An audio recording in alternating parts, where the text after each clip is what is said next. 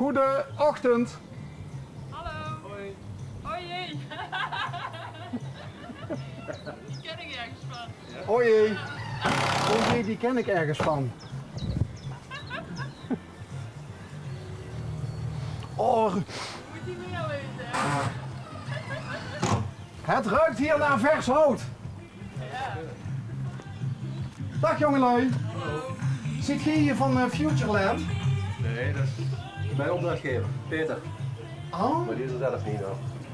die is er zelf niet. Nee. En jullie zijn de uitvoerders. Ja, ik. En vandaag met hulp. Zou die even uitkomen? Ja hoor. Daar wordt mijn geluidsman heel erg blij van. En wat wordt dit? Dit wordt de schuur bij het huis en hier komt straks de technische installatie in. Dus de accu, de waterzuivering. Dus dit wordt de technische ruimte plus verder opslag voor oogst van het voedselbos. Ah, een voedselbos. Dat komt hier? Ja, er staat al heel wat als je goed kijkt tussen alle andere plantjes. Hier struiken met bessen, noten, van alles staat ertussen. En ik zie een hele hoop insecten en vlinders. Ja, dat klopt. Hoe lang is hier aan gewerkt dan al? Om dit zo te krijgen? Hier zijn ze denk ik 4 jaar geleden mee begonnen met aanplant en voorheen heeft het 1 of 2 jaar braak gelegen. Dus uiteindelijk is dit al 6 jaar lang geen akker meer. Het is akker Het geweest. was een boerenakker gewoon. Ja. En als dit dan de schuur is, waar komt dan het huis? Het huis komt hier te staan, waar je een klein beetje een bult ziet. Ja, dat is lastig te zien met de planten die net zo hoog staan nu, maar dit is daar komt het huis te staan. Het wordt een huis van hout, stro en leem, voornamelijk. Dus de wanden worden opgebouwd met stropalen en met leem afgewerkt. En dat is, Futureland, hè? Ja. Dit is zoals het in de toekomst moet zijn, moet worden. Eh, Wonen, bouwen.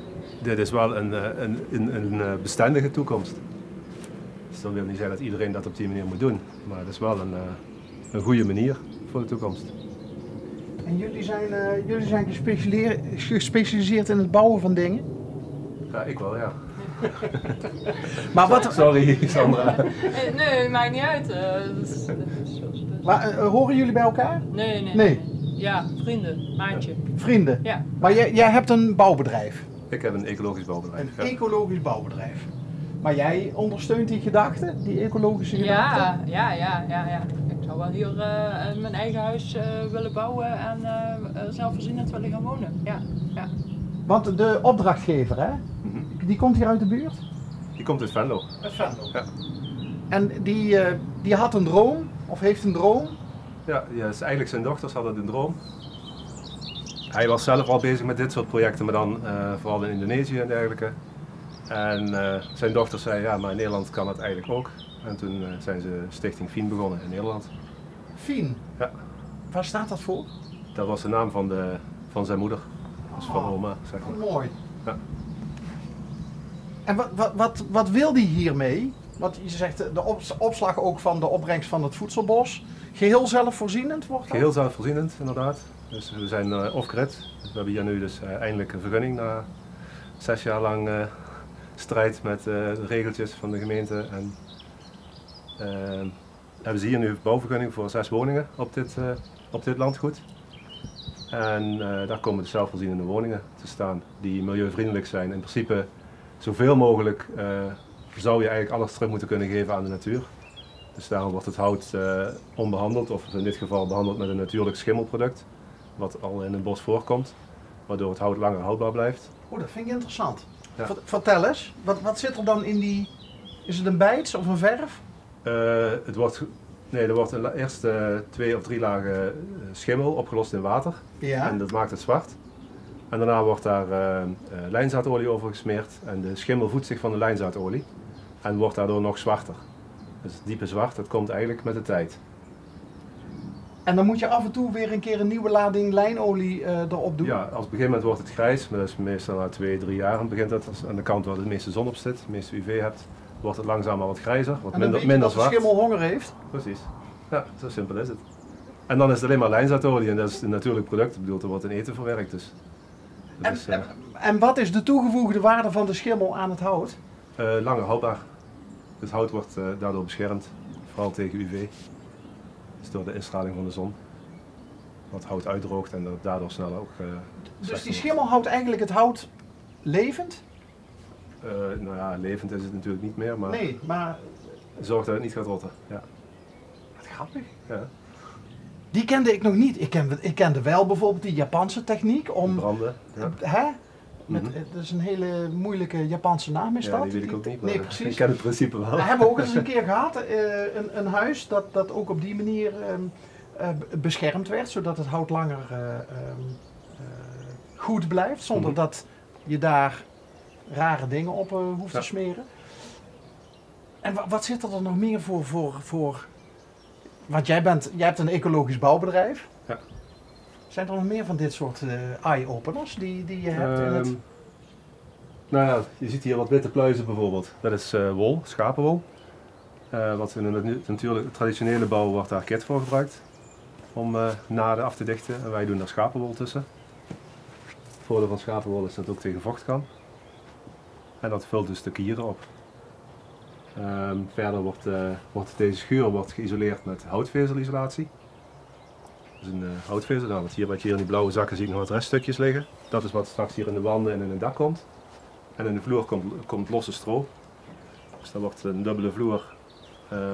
En dat komt stro wordt ertussen geduwd. En dan worden de vloerplanken uiteindelijk overheen gelegd. Maar dat Dus wordt isolatie niet is- geperst of zo? Nou ja, gewoon aangeduwd. Dus er worden een paar vloerplanken en dan duwen we de stro er strak onder. Dus niet geperst, maar het is ongeveer zo strak als in een strobaal zit. En dat, als je dat met je hebt van die isolatiecoëfficiënten geloof ik, hè? Kan dat wedijveren met die rollen die je bij de bouwmarkt koopt? Ja en nee. Als je puur naar de isolatiewaardes kijkt, dan heb je hier iets meer voor nodig qua dikte. Maar dit is dampopen, dus vochtregulerend, waardoor het voor het leefklimaat aangenamer werkt. En daar dus voor je gevoel werkt het zeker zo goed. Het probleem is als je puur op waardes die je meet gaat kijken, dan is het wat minder.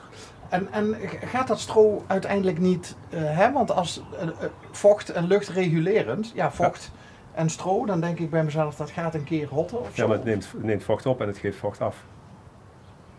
Het, Dus- het blijft ademen, zeg maar. Een klein microklimaatje waarin het stro dan Ja. gedijt. Ja. Ja, ook met die wol, dat had ik ook nog nooit gezien of gehoord. En waar komt die wol vandaan? Hoe kom je daaraan? Ja, er zijn specialistische groothandels die puur voor groene bouwmaterialen leveren. En daar haal ik bijvoorbeeld mijn wol vandaan. Weet ik misschien nog een adresje voor je? Oké. Nou ja, ik was wel grappig. Ja, hij knikt. Hij was erbij toen we deze week opnames hadden. Bij hoe zou ik dat zeggen? Een kudde schapen die werd geschoren Mhm. in het zuiden van Limburg. En als je dan hoort wat er met die wol gebeurt. Ja, eigenlijk wordt dat als afval behandeld. In het beste geval gaat het naar China toe. Daar wordt het dan verwerkt tot een trui die je dan online voor een tientje kan bestellen. En die komt dan weer hier naartoe. Ja. Omdat je voor een dubbeltje op de eerste rang wil zitten. Ongelooflijk hè, dat we durven. Ja, maar als ik dit nou zie, dan denk ik bij mezelf van... Ja. Ga eens een keer kletsen, daar. En dan wordt het stuk. Ik koop het dan in strengen. Dan wordt het zo aangeleverd. En dit is net te dik voor de meeste stukken, dus die kun je makkelijk splijten. Dat kun je makkelijk. En dan wordt het er zo zet ik het ertussen. Maar dit is volgens mij geklaarde wol of zo, ik weet niet precies hoe ze het noemden. Maar dat is een mooie manier. Er worden ook van wol wordt ook wel isolatieplaten gemaakt, zeg maar, vergelijkbaar met het houtvezel. Dat is ook- Waarom ben je dat gaan doen? Je was vast en zeker al handig. Ja, ik ben wel handig geweest. Altijd? Ja. Ja? Ik heb heel ander werk gedaan. Vertel. Ik heb automatische versnellingsbakken afgesteld voor heel wat anders, dat zeg ik al. En ik heb Deed je dat in een garage of bij een autobouwer? voor fabrikanten. Oké. Dus ik reed rond met prototypes die pas over 2-3 jaar op de markt komen. Oh. Daarmee reed ik door de hele wereld rond. Dus jij ging overal ter wereld, ging jij dan... Ja. Oh. Maar mijn wist passie. niet eens dat dat maar bestond. maar ik Dat wou beroep. meer buiten zijn. En daar ben ik wel heel veel onderweg, maar je zit wel altijd in de auto. En ik heb een hekel aan computers. Om daarachter te zitten, daar kom je niet omheen in de techniek. Dus. En ik wou dus wat meer met mijn handen gaan doen, met hout gaan werken en buiten gaan werken. En toen kwam ik bij Stichting Fien terecht.